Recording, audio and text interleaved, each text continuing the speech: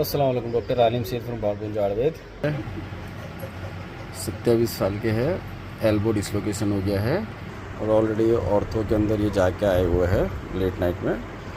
क्या उन्होंने बोला है अपने बात करते पेशेंट से। ये एल्बो डिसलोकेशन हो चुका है और पेशेंट का हाथ अनेबल है एक्सटेंशन और फ्लेक्शन के लिए। વાળો તો કેટલો વળે છે? હા, લાંબો કરો।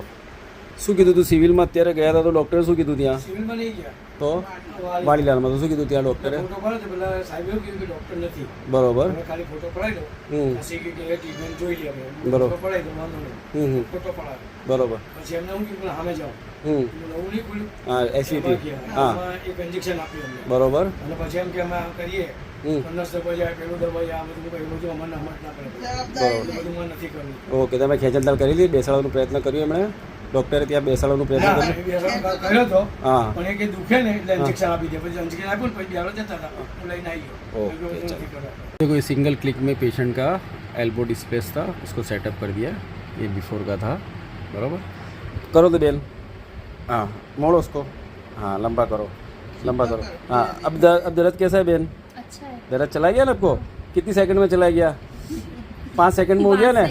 और वहाँ कितने डॉक्टर आपको लेके बैठे थे? બધા ખ્યાલ પકડવા 4 डॉक्टर खेचन ताण कर रहे थे, तब भी उनसे नहीं बैठा ने? नहीं।